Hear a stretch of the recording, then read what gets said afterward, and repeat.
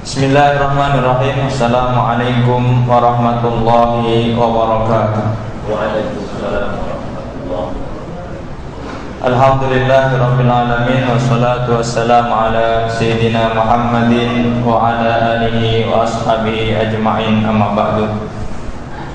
Bapak-bapak, ibu-ibu, para jamaah yang berbahagia, alhamdulillah pada kesempatan kali ini kita bisa melanjutkan kajian kita tentang kitab Ihya Ulumuddin karangan Imam Al-Ghazali. Wala 'alal badawi ta'alluma ma yahrumu al-julus bihi minal masakin. Kemudian janganlah mengajari orang-orang pegunungan tentang bagaimana cara makan ala restoran di Jakarta. Nggak perlu ya, ngapain orang-orang di pegunungan diajari cara makan, sendoknya begini, pisaunya begini. Nggak perlu, itu sangat tidak perlu sekali.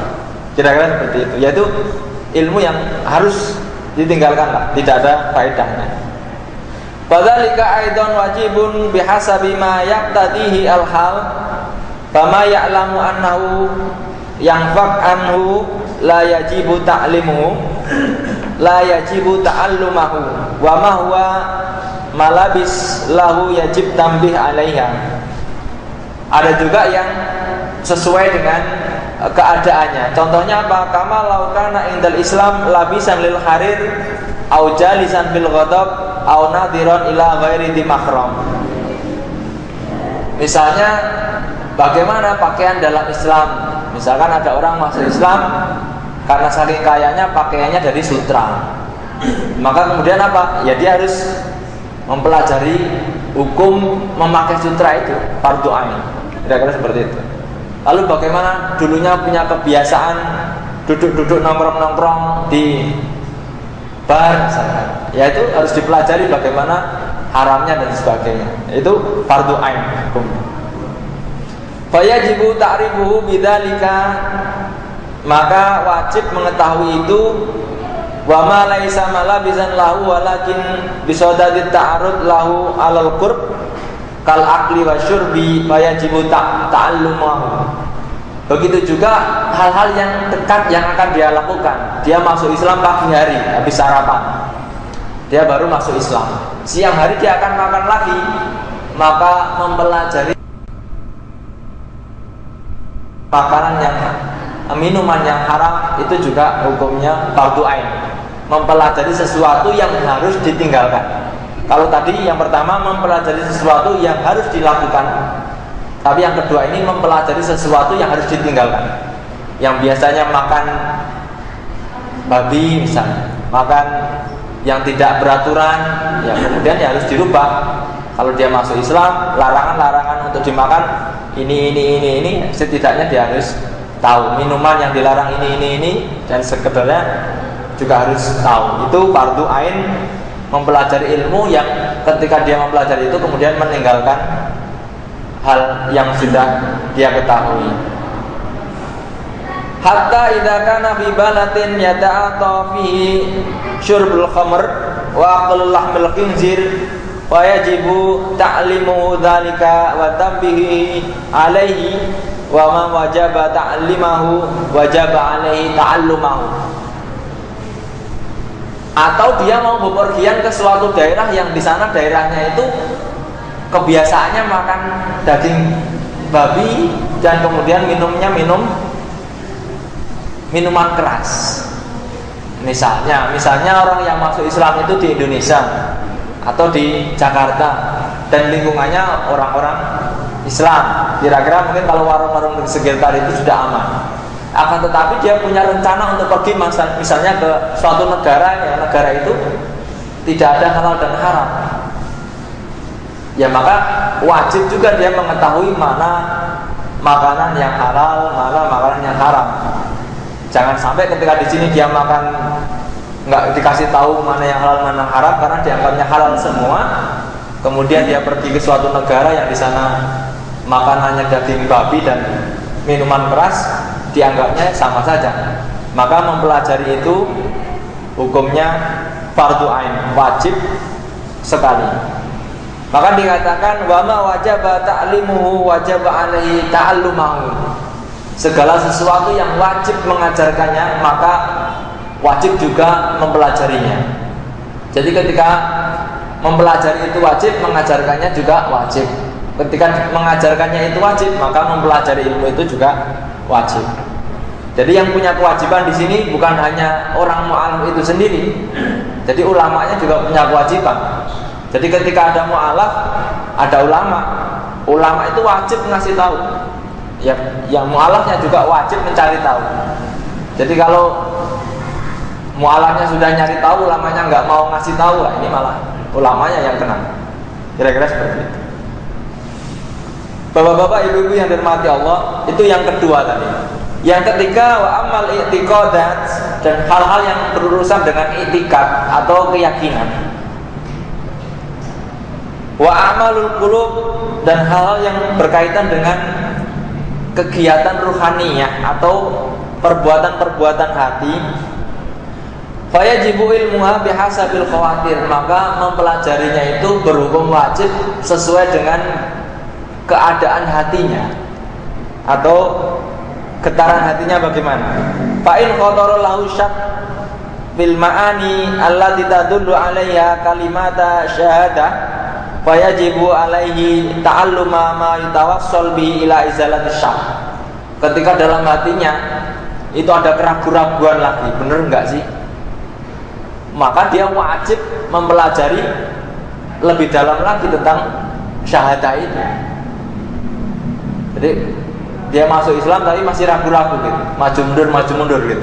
Maka dia wajib mempelajari lebih dalam tentang maksud-maksud atau makna-makna yang terkandung di dalam syahadah. Yang mana dengan belajar itu kemudian dia punya keyakinan yang kuat. Biasanya kan orang masuk Islam itu macam-macam modelnya. Ada yang masuk Islam karena dia sudah yakin, ada yang masuk Islam karena dia ingin misalnya ingin menikah misalnya. Jadi kan biasanya agak masih masuk Islam karena sesuatu. Jadi kadang-kadang di hatinya itu masih ada syak. Maka itu perlu juga dikasih pelajaran-pelajaran yang keraguan itu supaya hilang. Kira-kira seperti itu.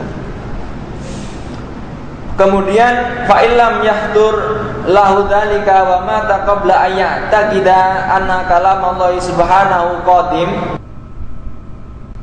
Tidak ada kekhawatiran, tidak ada gerak hati atau kerentek kalau bahasa Jawanya itu.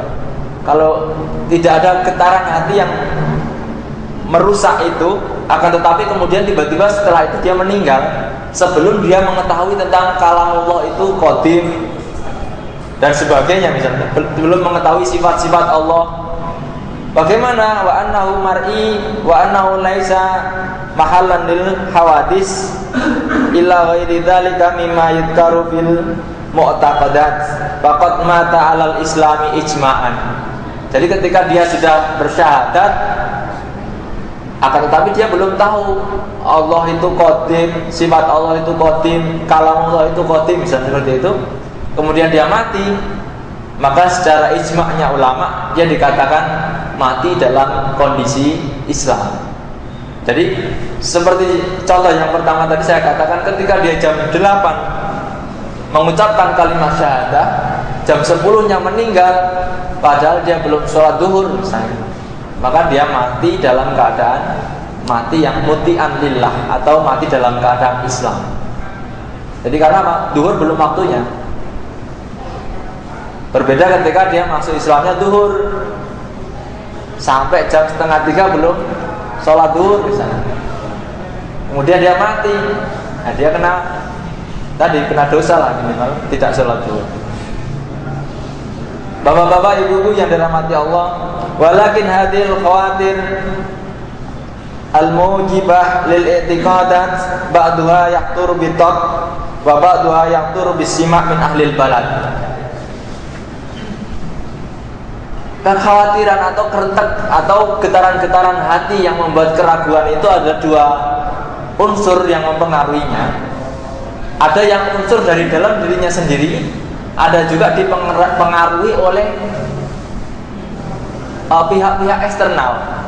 Jadi kalau kita pernah ketemu dengan orang-orang mu'alaf itu, mesti dia akan dipengaruhi oleh teman-temannya, keluarganya untuk balik lagi ke agama yang sebelumnya, maka itu dia wajib mempelajari lebih dalam lagi agar kuat.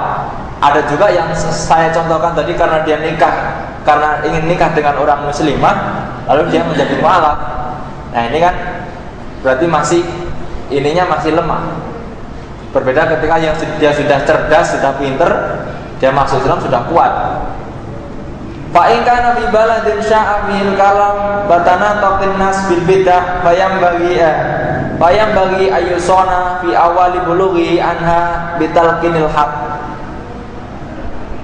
Ketika lokasi di mana dia tinggal itu pengaruhnya sangat negatif, maka seyogianya mereka itu diberi nameng atau diberi pemeliharaan yang cukup di awal baliknya atau di awal Islamnya. Jadi ini kasus ini sebenarnya sama awal masuknya Islam seseorang dari manapun, dari dia kecil kan wajibnya itu ketika dia balik, atau wajibnya ketika dia masuk Islam bagi orang-orang yang asalnya tidak beragama Islam.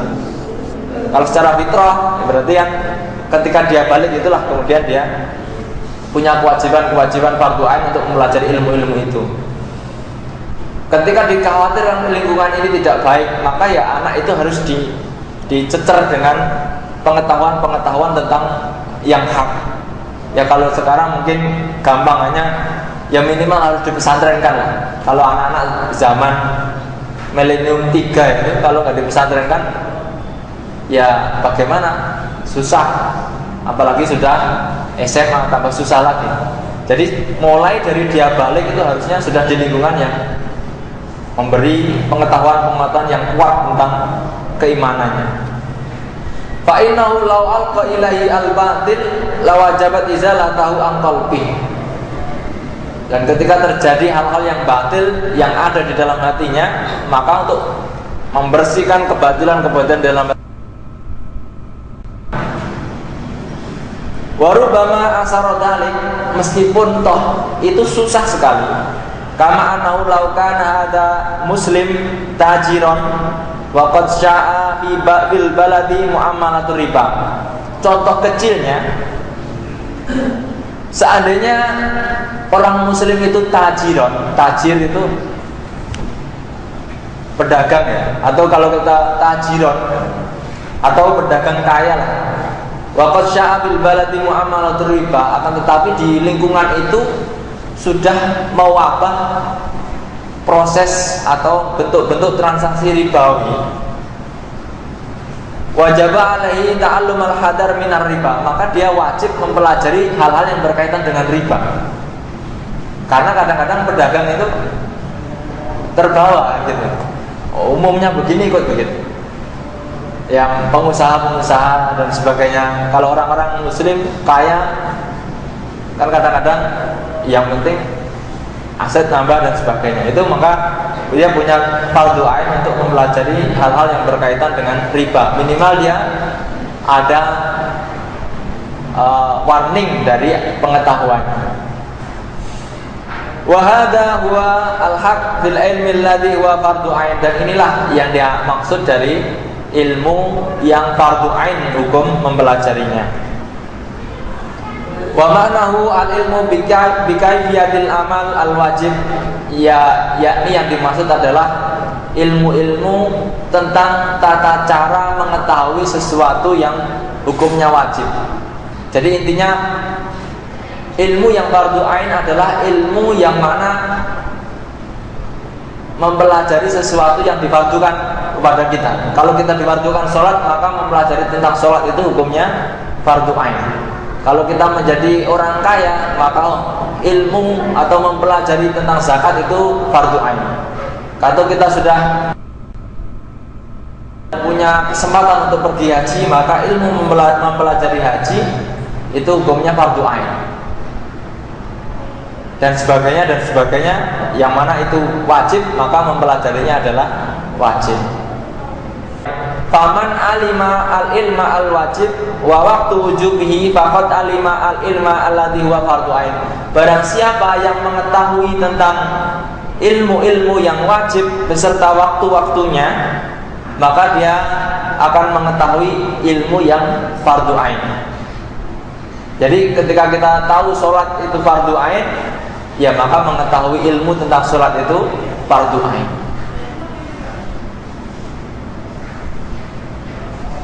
Bapak-bapak, ibu-ibu yang dirahmati Allah, wa ma dzakarahu as-sufiyah min fahmi khawatiril adwi walamatil malaki haqqi aidan. Adapun yang disampaikan oleh orang-orang ahli tasawuf tentang pemahaman khawatiril adu atau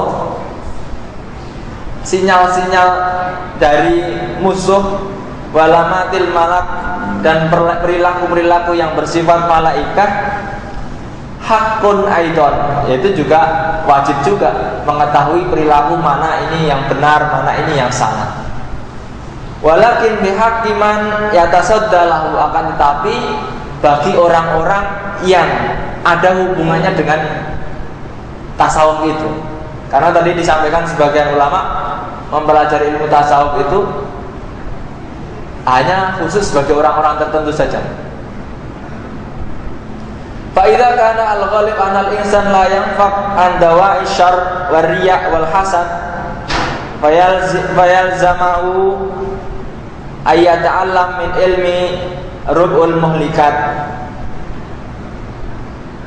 Ketika masyarakat umum atau umumnya manusia tidak bisa terlepas dari dorongan-dorongan negatif, keburukan, hal-hal yang bersifat buruk, riya, hasad, kebencian atau iri, maka wajib bagi mereka untuk mengetahui atau mempelajari ilmu tentang hal-hal yang muhlikat, hal-hal yang merusak. Jadi ketika lingkungan kita, misalnya lingkungan seseorang itu negatif, lingkungannya udah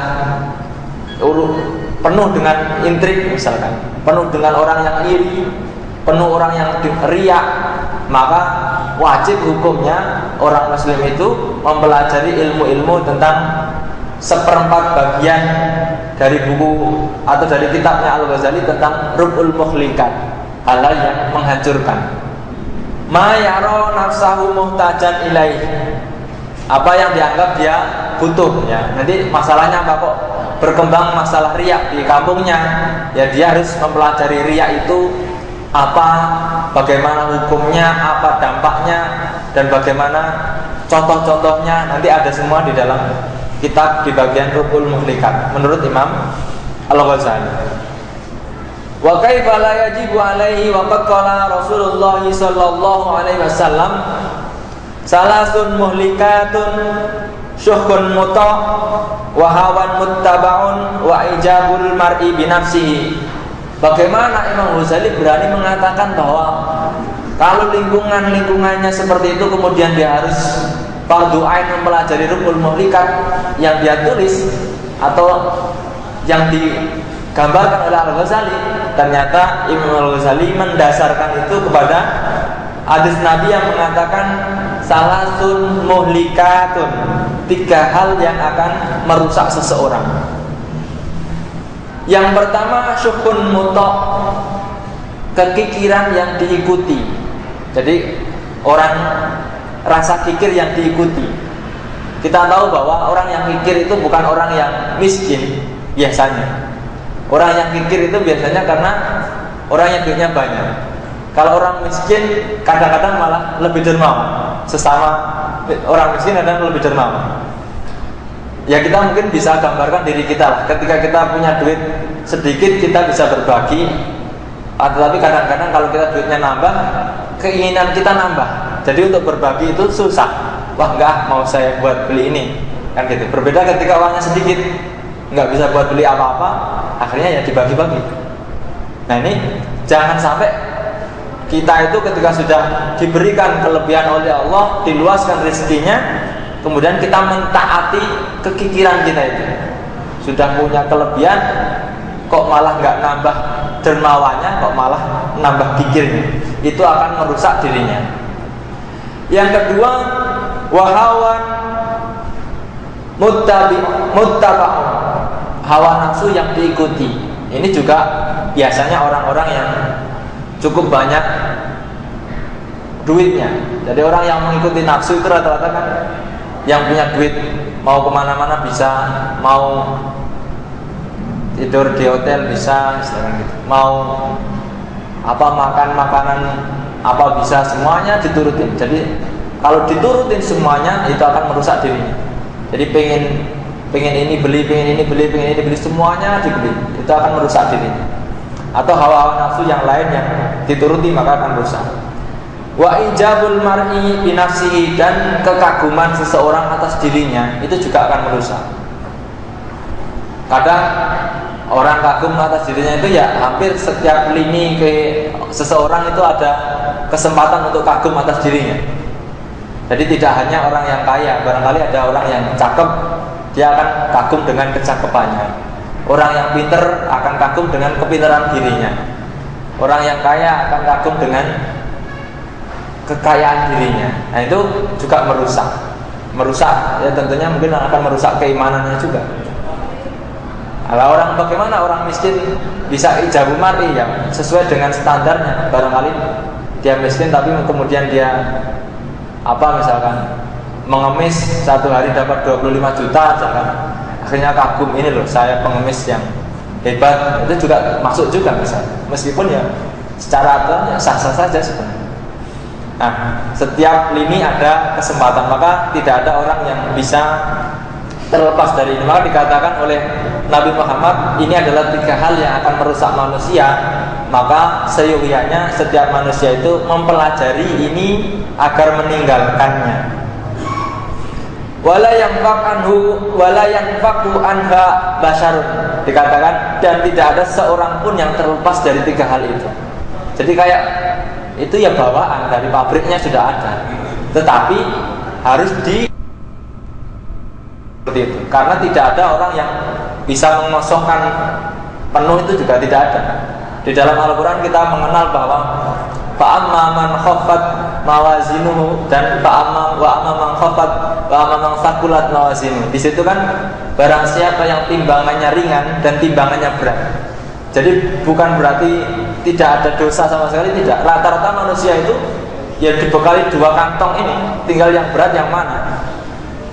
Makanya ketika ada orang-orang mengaku paling suci, tidak pernah berdosa, ya tidak bisa dikabulkan lah kata-kata seperti itu, kecuali para rasul, kira-kira seperti itu. Wa baqiyatun ma sanadkuruhu minal madmumat ahwalul qalbi kal kibr wal ujb wa akhwatuha tatabi'u hadhihi salas al mulikat.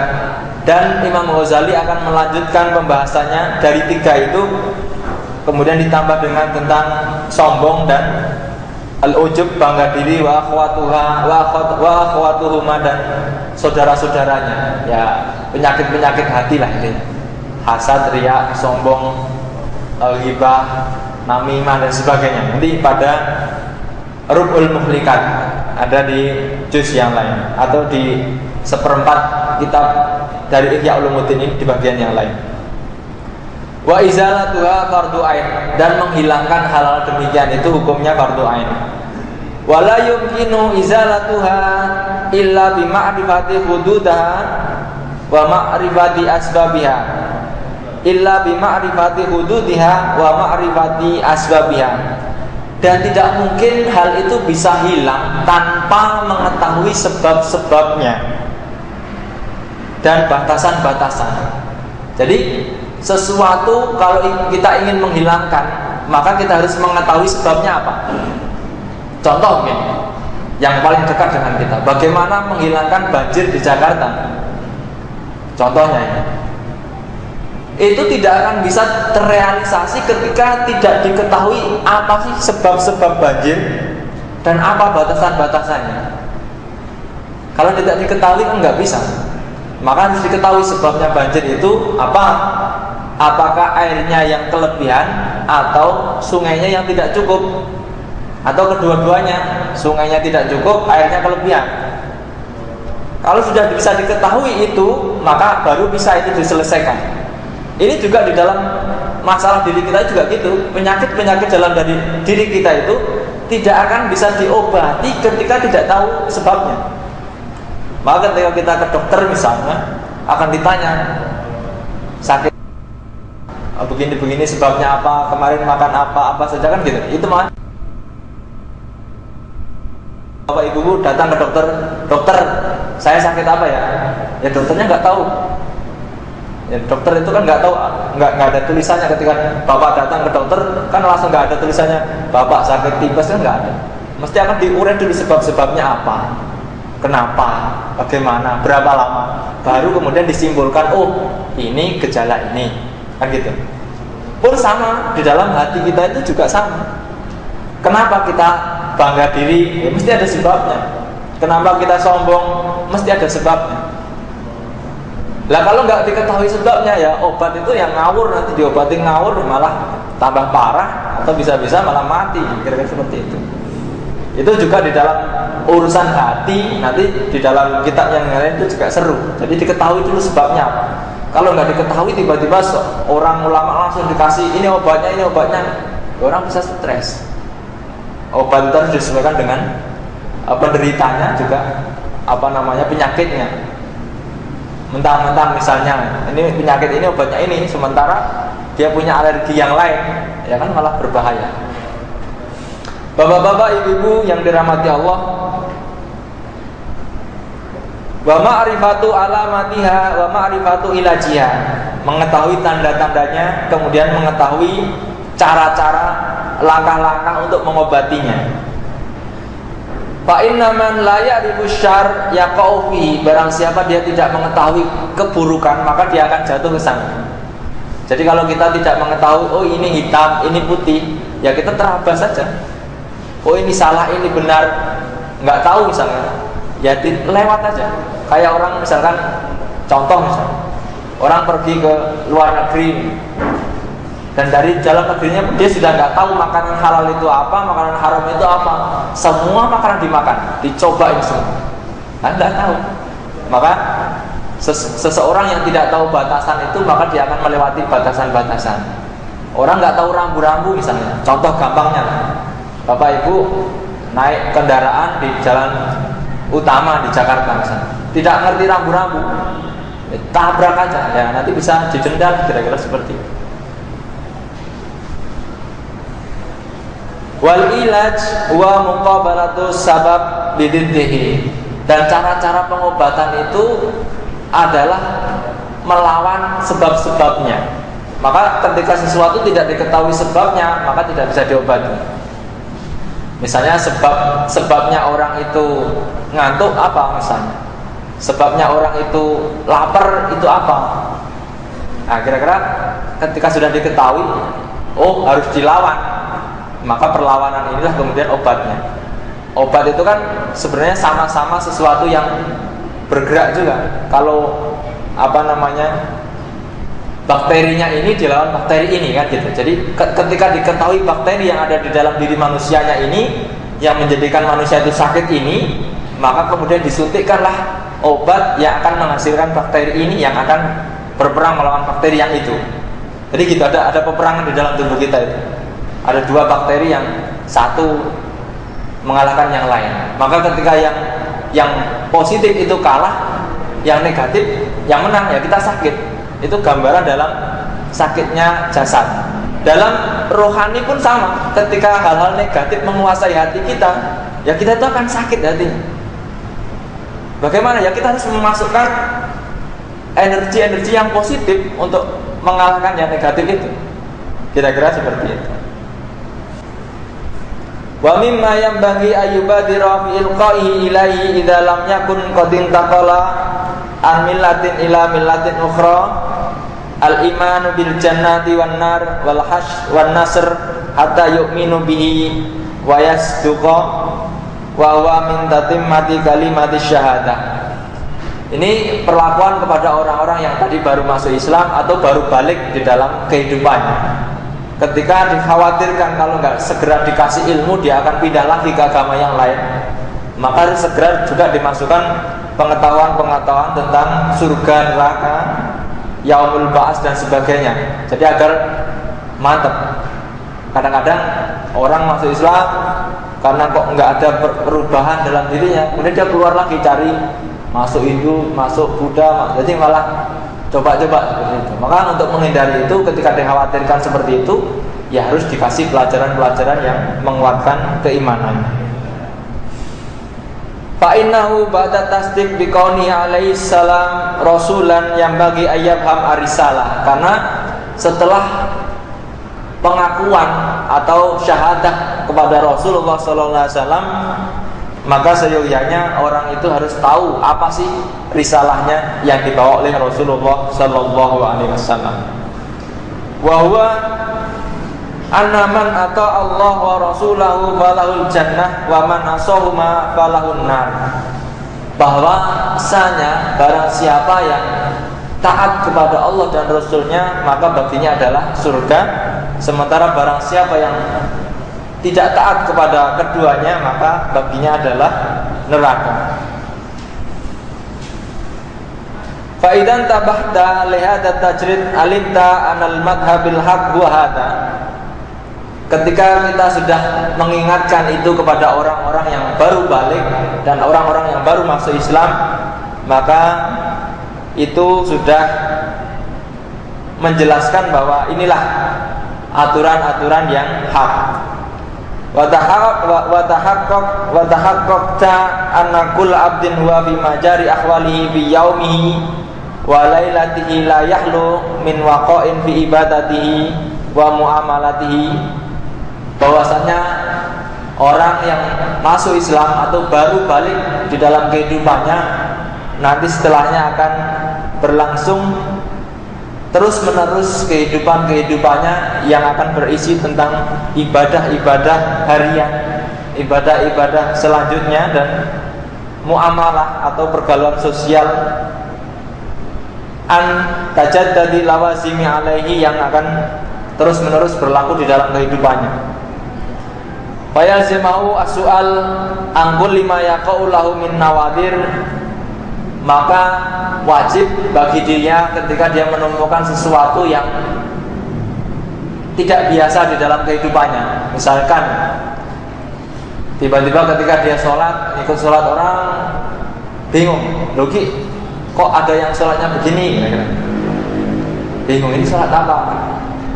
Nah, itu perlu dia kemudian harus bertanya. Misalkan di waktu maghrib atau di waktu zuhur, misalnya dia perjalanan jauh, kemudian istirahat di rest area misalnya. Kemudian ketika sholat zuhur, dia melihat, loh kok orang sholat zuhur cuma 2 rakaat, kira-kira seperti itu. Sementara dia belum tahu, ya maka kemudian wajiblah kemudian dia mengetahui kenapa orang itu sholat zuhurnya 2 rakaat. Oh, ternyata dia kosong. Nanti kan berarti dia harus mengetahui. Fa idza tabayyana annahu alaihi salatu wassalam innama arada bil ilmi al mu'arraf bi alif wal lam bi qouli sallallahu alaihi wasallam talabul ilmi faridatun ala kulli muslim alim al amal alladhi huwa masyhurul wujub alal muslimin la ghair. Dikatakan ketika sudah jelas bahwa yang dikatakan di dalam hadis Nabi itu menggunakan al-ta'rif, tolabul ilmi yang faridatun ala kulli muslimin, maka itu adalah ilmu tentang perbuatan-perbuatan yang mana sudah masyhur, sudah masyhur, sudah terkenal kewajibannya, sudah masyhur fardu ainnya, kira-kira seperti itu bagi muslimin dan bagi orang-orang muslimin dan tidak selain itu. Jadi ketika maksud dari hadis Nabi yang menjadikan dasar ilmu fardu ain itu tolabul ilmi faridatun ala kulli muslimin, itu adalah ilmu yang sudah masyhur wajibnya. Ilmu tentang sholat, ilmu tentang zakat, ilmu tentang puasa, ilmu tentang haji. Kemudian ya perkembangan-perkembangan, kalau di dia tempatnya kemudian ada masalah riba, ilmu tentang riba. Di tempatnya ada masalah iri dengki, ilmu tentang hasud. Seperti itu, tidak keluar dari hal-hal yang ada di sekitarnya atau dari globalnya yang sudah diketahui oleh orang muslim bahwa itulah fardu ain, ilmu-ilmu yang harus dipelajari, yang dipelajari. Faqad ittadaha wajhu tajrid wa waqtu wujubihi wallahu alam. Maka sudah jelaslah bentuk-bentuk urutan-urutan atau bentuk-bentuk susunannya dan kemudian waktu-waktu kewajibannya sebagaimana dijelaskan dan contoh-contohnya. Wajibnya seseorang mengetahui sholat ya ketika dia sudah masuk di waktu sholat. Wajibnya dia mengetahui ilmunya zakat ya ketika dia sudah punya harta yang cukup sesuai dengan nisabnya. Bapak-bapak, ibu-ibu yang dirahmati Allah, itu pembahasan tentang bab yang kedua tentang ilmu yang hukumnya fardu ain untuk dipelajari oleh orang-orang muslim berdasarkan hadis Nabi, thalabul ilmi fardhatun ala kulli muslimin. Bapak-bapak, ibu-ibu yang dirahmati Allah, barangkali ada yang ingin diskusi? Jika tidak, kurang lebihnya mohon maaf. Bila ada kekurangan, wal minkum billahi taufiq wal hidayah. Wassalamualaikum warahmatullahi wabarakatuh.